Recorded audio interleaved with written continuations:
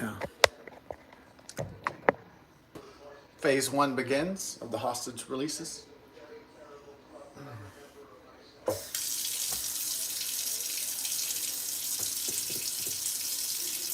Are the Republicans, are the Israelis, are the Americans celebrating too soon?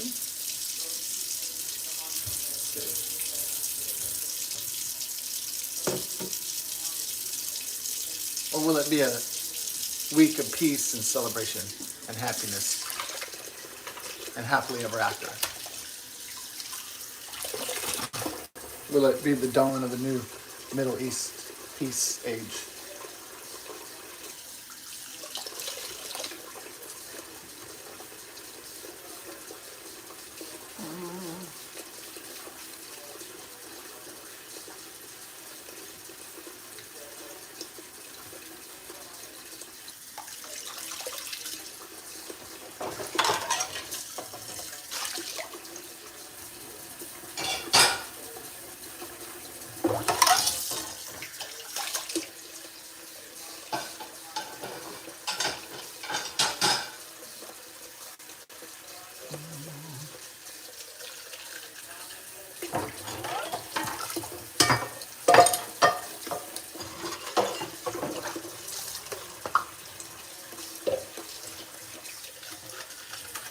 Does the devil retreat? I suppose. I suppose Satan can retreat. I suppose that is something. Yeah. So the Nobel system said they're not going to give Trump maybe not a Nobel Peace Prize, or he might get, if the peace process holds, maybe he gets nominated next year. Barack Hussein Obama got a Nobel Peace Prize for basically being half black, half white. There was no effort involved. He was born that way to a Kenyan father and a white mother. So he just got an award. He dropped maybe more bombs in the Middle East than any other president, maybe, besides George W. Bush.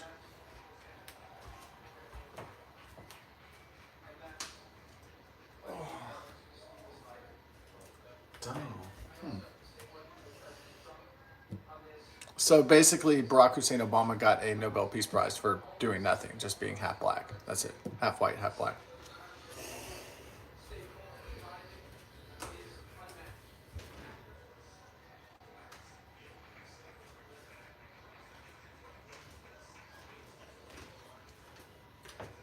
In fact, I think Barack Hussein's entire career was based on the fact that he was half white, half black. That was the entire gig. That was the entire show for Barack. But the Democrats can't play that card. Can't just get multiracial candidates and that's going to win the electorate. Already fell for it once in 2008.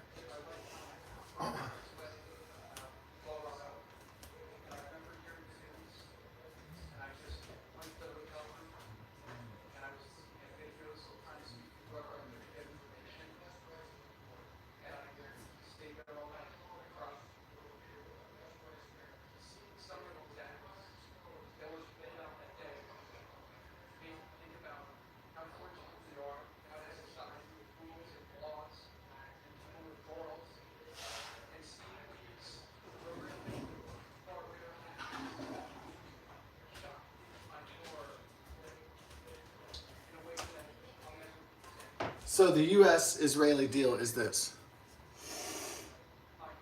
Let out Hamas and Hezbollah and 250 terrorist soldiers that are captured. In return, the Israelis get 20 Israelis back.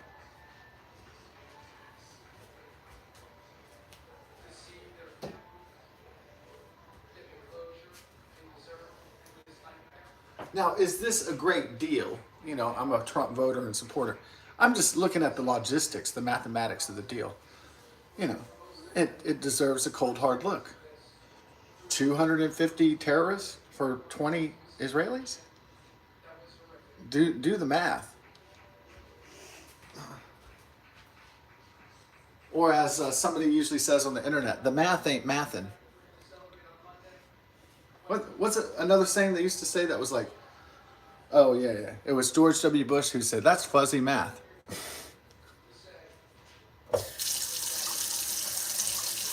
Do I like fuzzy math or do I like the math ain't mathin'? The math ain't mathin' is pretty elementary, rudimentary, but it is amusing to me, I guess. I suppose. A little.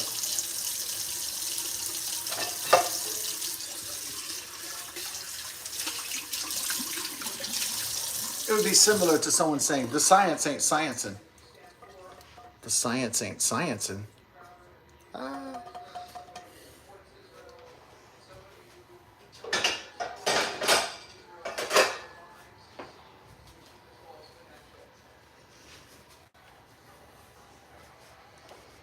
Yeah.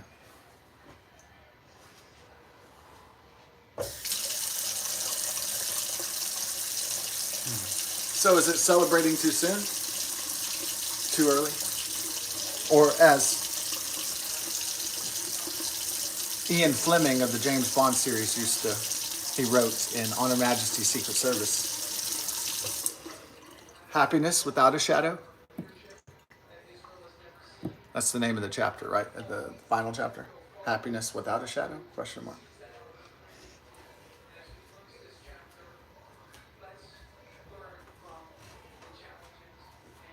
So the terrorists, the Jew-hating terrorists, they're going to get out the Arabs, the Muslims, the Islamic fundamentalist jihadis, and they're just going to go, what, open up a store?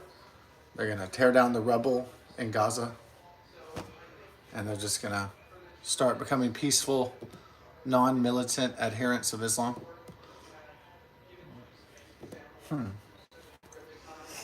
I don't know. So these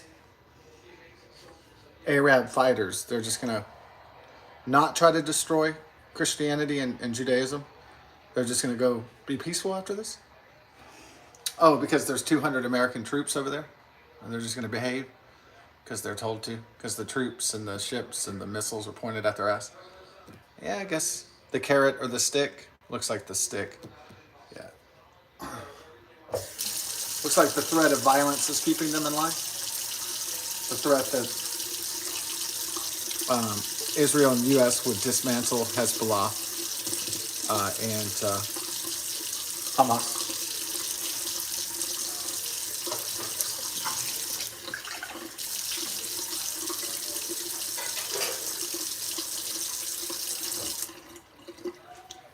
Like Sacha Baron Cohen, he's like, why don't you like hummus?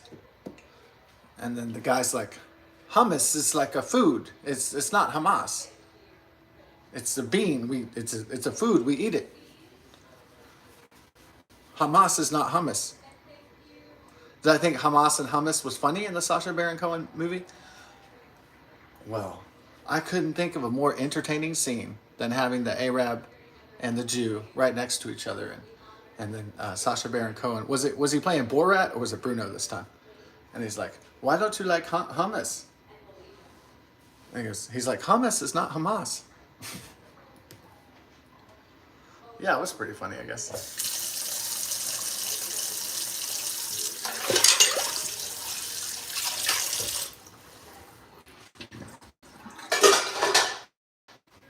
Or maybe I liked Bruno. Not when he stuck the dildo up his butthole, the midget's butthole.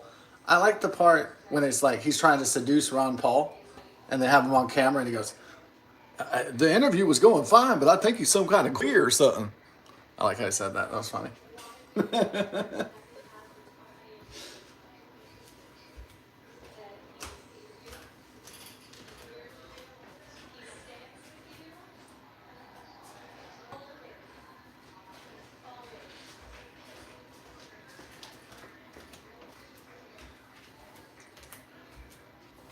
Ron Paul.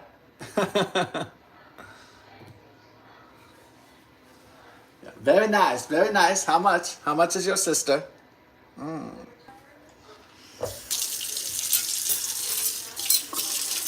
Very nice. That's so 2006.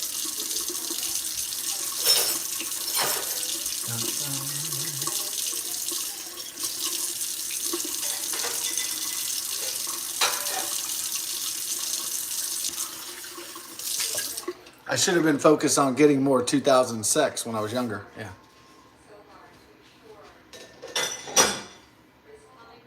Get 2000 tits. Yeah.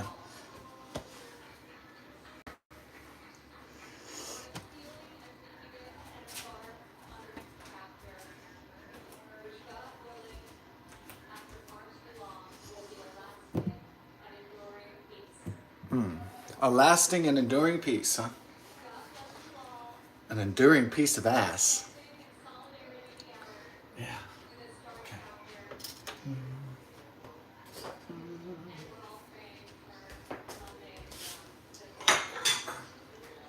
She should be like, and oh my God, Becky, look at her butt.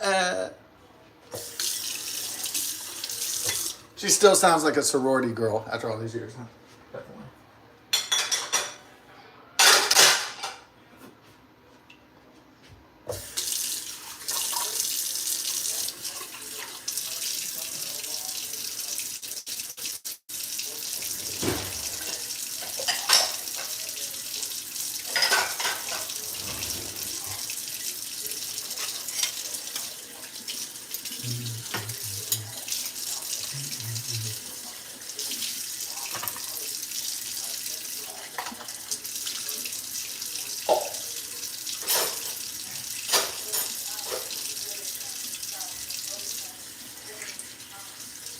Will it be an everlasting peace? Will it be like the song, An Everlasting Love? They have a song like that? An everlasting love. Yeah, I don't know about all that. Well,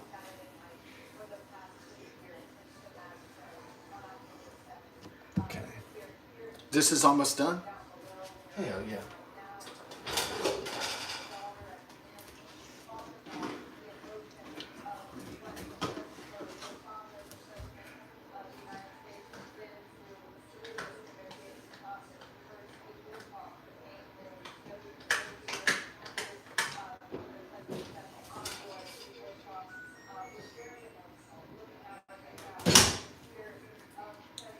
Yeah, I thought I saw David. Yeah. Guy I used to work with at HEB back in the day. Yeah. He was skinny, kind of muscular back then, like he was going to be in the military or firefighter. He's kind of a meathead. He's kind of a, not too bright, but if you want somebody, you know, if you need a jarhead in your army or military, he's the guy for you. You know, he's like the square jawed, all American. You know, he's the guy that you need to be in the army or the Marines. You know, all we need is a few good men, that sort of thing.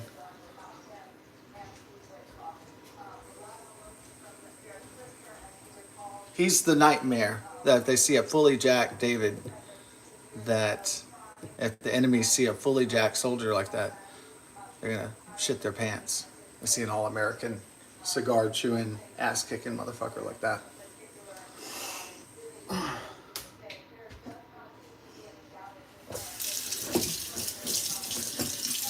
But many years later, I saw David the other day when I was taking a walk or walking my dogs, and might have been taking a walk by myself.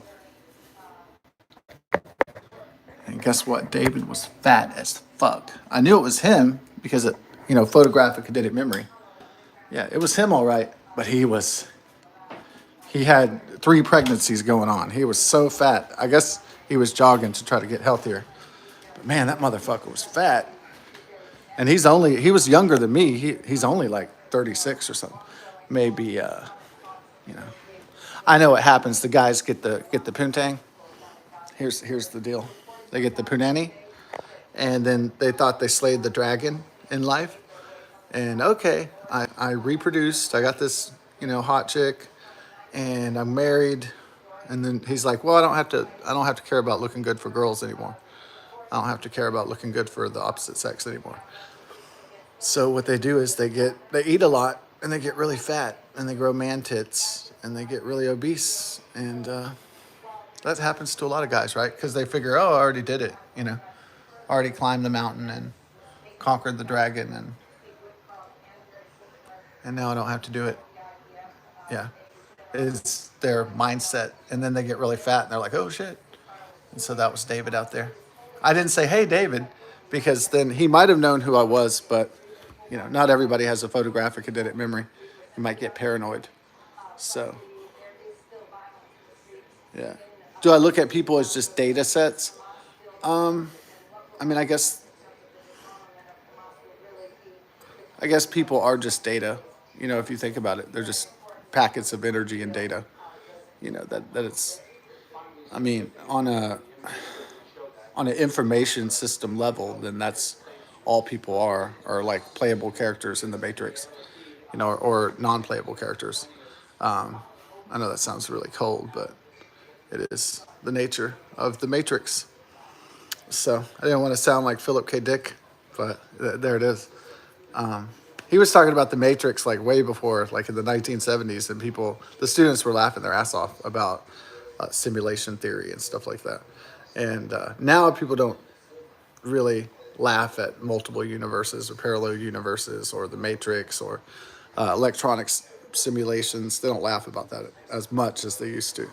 But when Philip K. Dick was talking about it to a bunch of students, they were like, "Oh my God, like this guy's, on fucking drugs or something."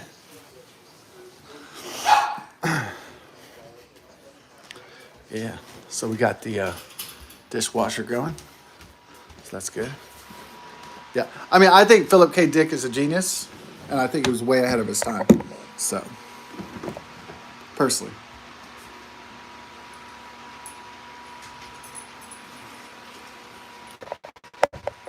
I don't think that Philip K. Dick was a hack. I think he was pretty brilliant, ahead of his time, yeah. For sure. Way ahead of his time. Oh, man. Okay, you're down. You're down, but you're not out. Yeah. I'm still sore from lifting grandma all week and lifting the recliner. So, a slight hangover, but the beer hangover isn't as bad as liquor. Liquor is the worst. That's what gives you the headache. Beer hangovers are kind of mild, Yeah. But gonna go back into abstinence mode again. Well, that's it. God bless. Yeah, I hope the peace holds. Peace in the Middle East. Is it too good to be true? Or will all the phases perfectly align, step by step, Benjamin Netanyahu and Trump's timeline?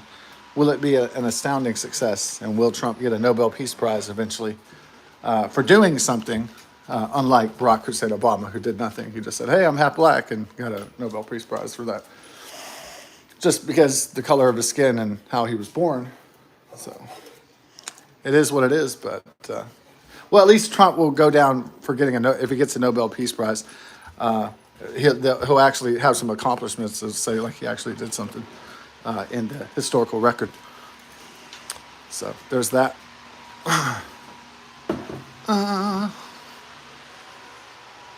Well, I hope it all goes well. God bless. And, yeah. Looks like phase 1 begins, I guess, by Monday. The release of the 20 hostages on Christopher Columbus Day. Yeah. Not Indigenous Peoples Day. Christopher Columbus Day. Yeah. I don't know, the left seems to think that historical figures are not supposed to have flaws. Like, Benjamin Franklin doesn't like fucking girls and drinking beer. But you know what? He did.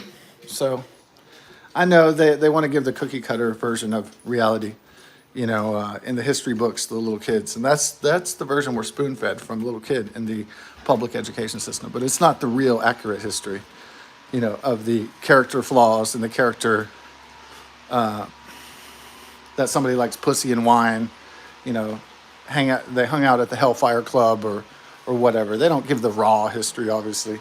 But, to little kids, they're not going to teach that. But I wish they'd start being a little less cookie cutter in high school, at least. Definitely the gloves are off when college history begins. So at least there's that. There's an adult version of history being taught somewhere in colleges and universities. So that's cool. But 1492, Christopher Columbus sailed the ocean blue with the Nina, the Pinta, and the Santa Maria. See ya.